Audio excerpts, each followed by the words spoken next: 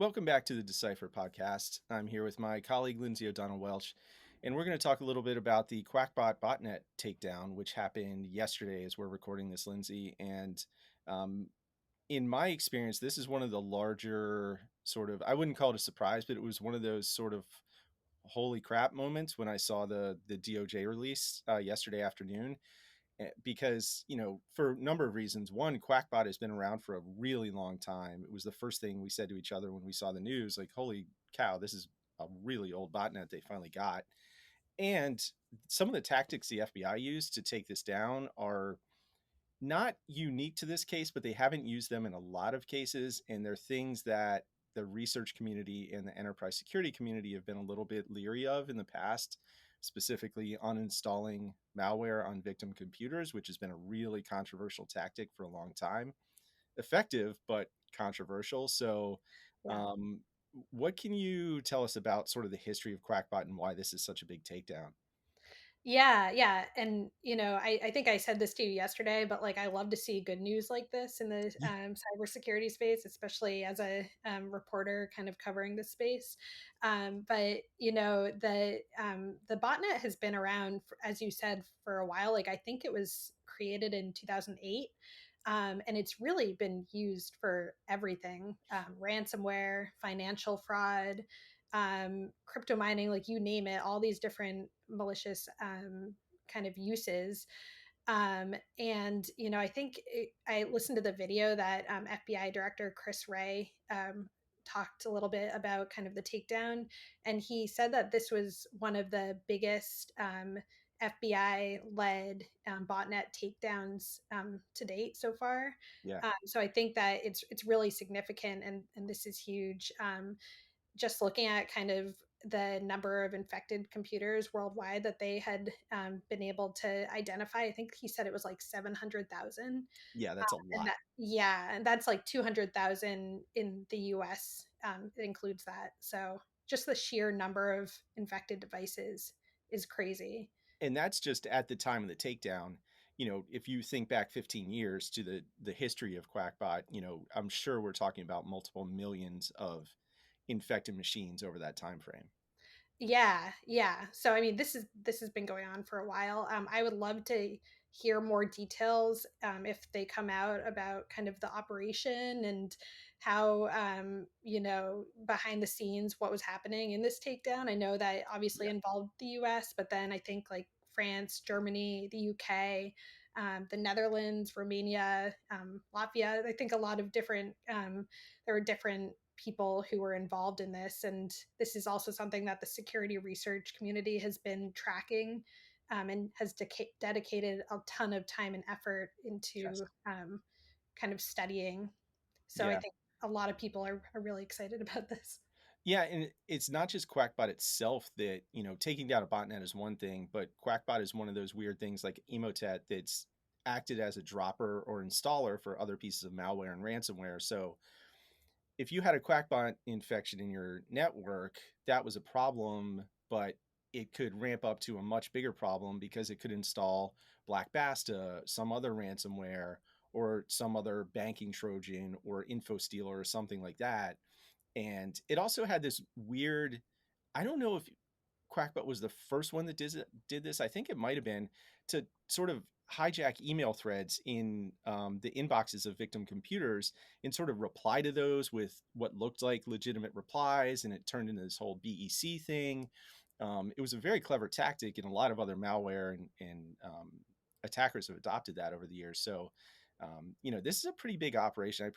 Pretty significant. The interesting thing to me is, the FBI was able to recover, I think they said, almost $9 million in cryptocurrency.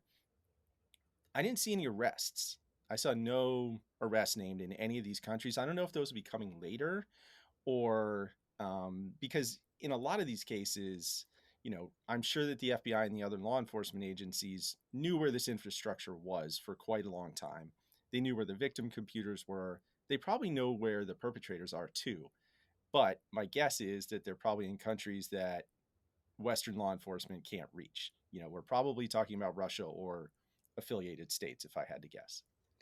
Yeah, it's funny you mentioned that because, after this news broke, I went back and looked at the Emotet disruption that had been announced, I think, back in 2021, and Yeah. they hadn't announced any arrests or names of suspects in that one either, and so I wonder if it's kind of similar to what you were saying that these are in potentially like safe harbor countries, or it's just Mhm. kind of difficult, or maybe not the right time to make those announcements. I will be keeping a lookout. I mean, who knows? Maybe sometime down the line we'll see something. Yeah, it wouldn't surprise me if in a few weeks or months, they may have already made arrests because sometimes we see them announce the arrest after the person has been extradited to the US or extradited to the UK or wherever it happens to be. And they'll say, oh, the arrest took place 3 months ago, but it's taken this long to get him in the US. So that's when they release the news. I'm not sure, but I guess we'll see. But the other interesting piece of this to me was, in a normal botnet takedown, they'll usually get a search warrant, take over the infrastructure, the C2 servers, anything else associated with the botnet, and sinkhole the traffic and sort of go from there. In rare cases, Emotet is one and Quackbot is another. There's probably one or two I'm forgetting, but the FBI created an uninstaller file. So when they redirected the traffic from victim computers to the FBI controlled servers, in this case, it uninstalled the or excuse me, the Quackbot malware from those infected machines, which is a tactic that has been controversial for a long time. It's not that they pushed an update to the victim computers; they redirected traffic and then, uninstalled malware. But it's something that the security research community and I think enterprise security teams have been a little bit leery of for a while.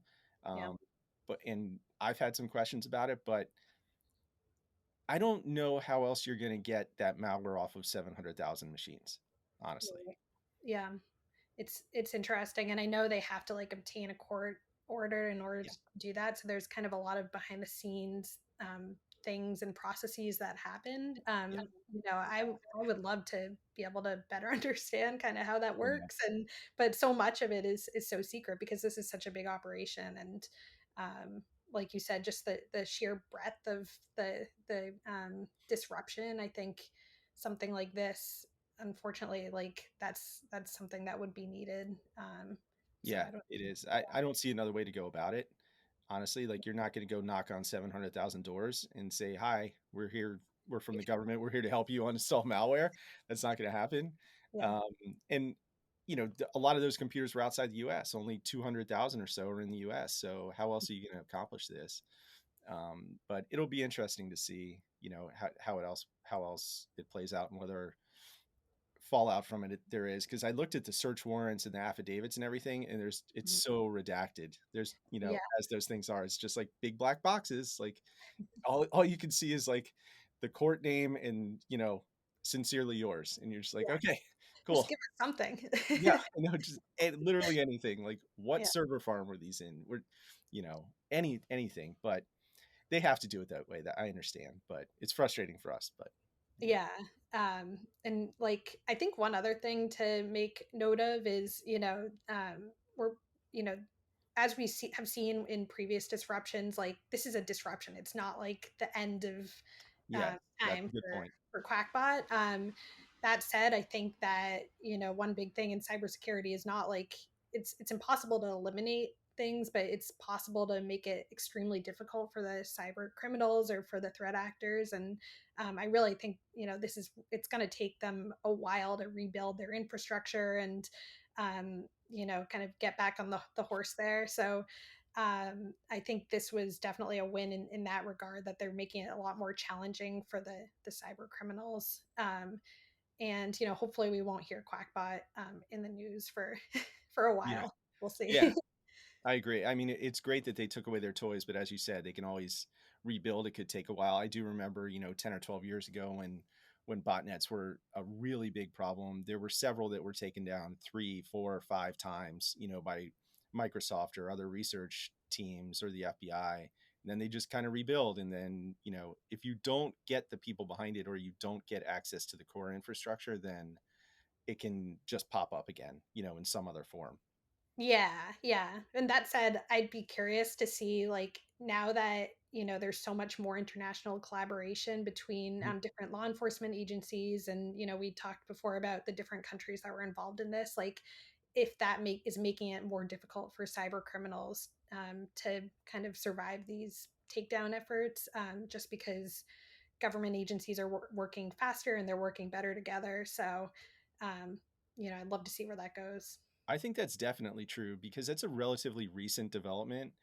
There, at least in on this scale, there's always been sort of, cooperation between, say the FBI and UK authorities or other, Western authorities. But these big things where you see 10 or 12 or 15 international law enforcement agencies cooperating is, relatively new, like, 5 years old. Hmm.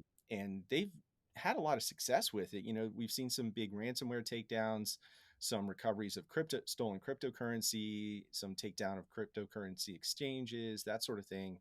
So they're definitely having success, and it is sort of that back and forth, though. The law enforcement develops a new technique, the cyber criminals react, try Yeah. something else, law enforcement has to react from there. So, Yeah. it's always going to be that.